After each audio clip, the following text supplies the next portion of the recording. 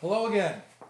My name is Peter J Newland, and I want to thank you for joining me tonight in the second episode of my musical adventure. I'm recording a new record, and I especially want to thank the people who joined me on Facebook about a month ago for the first episode, which was called New Record or New Truck, in which I was sort of making my mind up as to whether I needed to buy a new truck to replace the 15-year-old Silverado that I'm driving, or should I make a new record? And I got a lot of great automotive advice from that, but I got a lot of support for my music and a lot of support for doing the recording project. And I kind of knew what I was going to do before I did that, but your support really helped me make a commitment. Now, when I say make a commitment, I already have learned or relearned a lesson that I've been learning all of my life, that a commitment really isn't a commitment until it's tested. And this one got tested pretty quickly. I was in the beginning stages of starting this project rolling, and I was coming back from a fat rehearsal at Guy DeVito's house, and halfway between Amherst and Belchertown, the lights went out, the dash went black, the truck just stopped running, and I coasted to the side of the road in a wooded area and in the middle of nowhere. And I had spoken last time we did this about this conversation I was having in my head about, yeah, you really do need to get a new truck. And the other ones go, well, you really do need to honor your music and make this record because it's been a long time and you're not getting any younger. Well, this time the conversation was not in my head. This time the conversation was out loud. I was talking to myself and I was saying, okay, smartass, you decided to continue to drive a 15-year-old truck and not buy a new truck when it looked like you needed one. How do you feel about that now? And I'm happy to say that it took me about 30, 45 seconds to reconfirm my commitment and say, I stick by my decision. I know we knew that there might be problems with the transportation here, but I am committed to this music even more than I was before, and I'm going to work myself out of this situation and continue doing what I'm doing. So I got on the phone, with my triple platinum, special customer, AAA roadside assistance, and I dialed them up, and they said, no problem, we'll be there in an hour. So it was not a bad night, so I kind of hung out in the truck, listened to some music on my phone, to get out, stretch my legs. And an hour later, there was nobody there, so I called again, and they told me the same thing. And then an hour later, it's getting to be 11:30, midnight, and I start to get the feeling that they're going to come whenever they feel like coming, and it's not going to be soon. So another hour rolls by, and I really get the feeling that this is going to be a while. And one of the things that I had been pondering as I sat there for 2.5 hours by myself was a movie that I had just seen called Nomadland.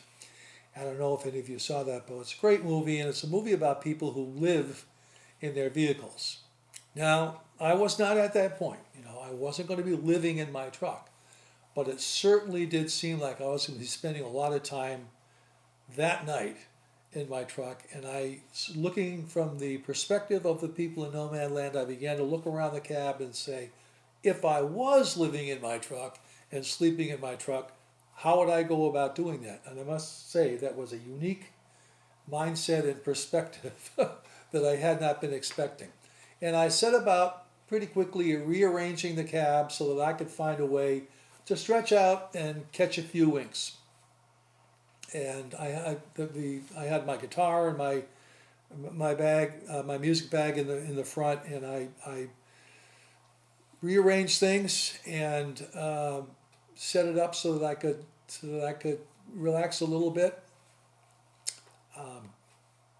And at the same time that this is happening, I realized that my phone is dying. And my first thought was, no problem. I've got one of those things you can plug into the cigarette lighter and I can charge my phone. And that idea lasted about 15 seconds until I realized that I couldn't start my car, so that wasn't going to happen. So there I am sitting at a phone, sitting in the middle of nowhere. My basic lifeline are these texts that I'm getting from AAA that are basically lying about when they're going to come, and I had to make a decision. As I said, I already started working on the record, and one of the songs that I had chosen to do was a song called "Time Stands Still in a Fine Hotel," and at this time I was planning on taking all of the music to Nashville to record because I spent 12 years there, and I know a lot of people in the studios, and a lot of the engineers. I know a lot of the studios, a lot of the players. I was comfortable there. And I called Warren Ammerman up, and he had recorded a piano vocal of the song "Time Stands Still in a Fine Hotel" at Rotary Records, which is now Ghost Hit Records, or Ghost Hit Recording Studio. And I asked if he could find that piano vocal, and I went up there to take a listen to it, and I realized as I was listening to it that it was a beautiful recording, and I really don't think I could have gotten it recorded any better anywhere. So I had changed my mind about taking this to Nashville, and I decided I was going to do this recording with Warren at Rotary Records. And so my decision was, and I will tell you, as we unfold, I'll take you through my production process and my recording process. And a big part of my recording process is to listen incessantly, obsessively to the songs that I'm working with. First of all, I like my music. And secondly, I find that it's only by listening to it multiple times that I begin to hear the arrangement, find out what I think the orchestration should be. And so I had a decision to make, which was, do I use the remaining juice in my phone to stay in touch with AAA, who was not telling me the truth at this point, or do I take this time that I've got to myself to listen to this song, which you can find that recording on my YouTube site, Peter J Newland. And I decided, once again, maybe not the wisest decision, but I was going to lay back and relax and listen to a song that I wrote, that I love, that I was working on. And so I did exactly that. I think it's kind of ironic that the song is called "Time Stands Still in a Fine Hotel," and it really does elaborate on a luxury hospitality establishment, and I certainly was not spending the night in a fine hotel. I was tucking in at Suite 1 at the Silverado Motel. But nonetheless, I pulled the blanket up to my chin. I rolled over and found a comfortable position in my front seat, and I put the phone to my ear, and I went to sleep with a smile on my face, listening to "Time Stands Still in a Fine Hotel" as my phone died.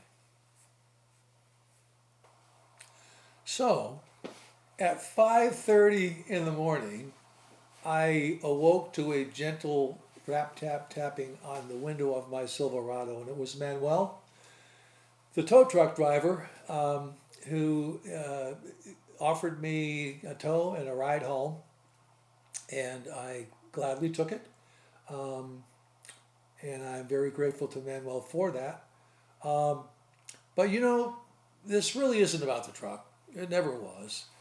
And it really isn't about the money, because it's not like I'm, living under a bridge somewhere. I have a nice, comfortable home to live in. And I have the money to take care of my grand piano, which I write on. It's really about, for me, it's about my commitment after doing this for 50 years. And I was really happy to come away from that experience feeling that I still felt the same way about my music as I did when I was 17 or 18 years old and decided to do this for my life. And it isn't a question about whether or not I'm not talking about not having enough money to live on. I'm talking about where I decide to put the resources, the time, and the money that I do have.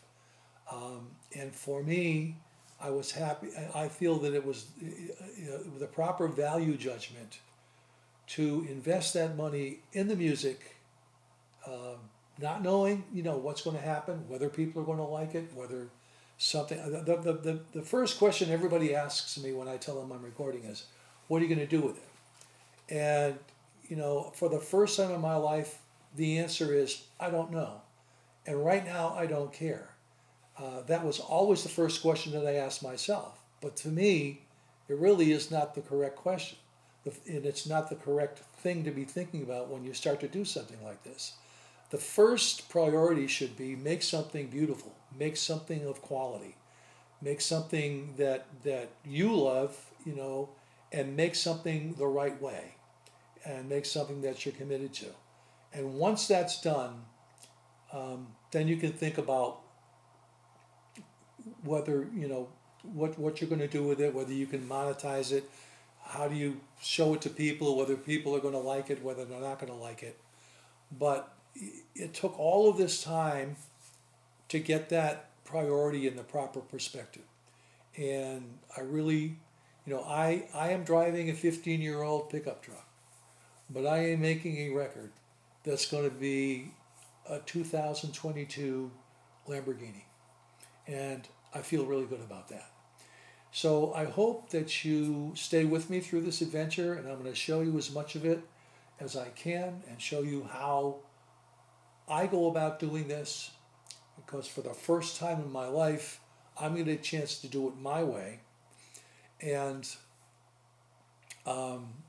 give you a chance to experience that and witness what's going on with that.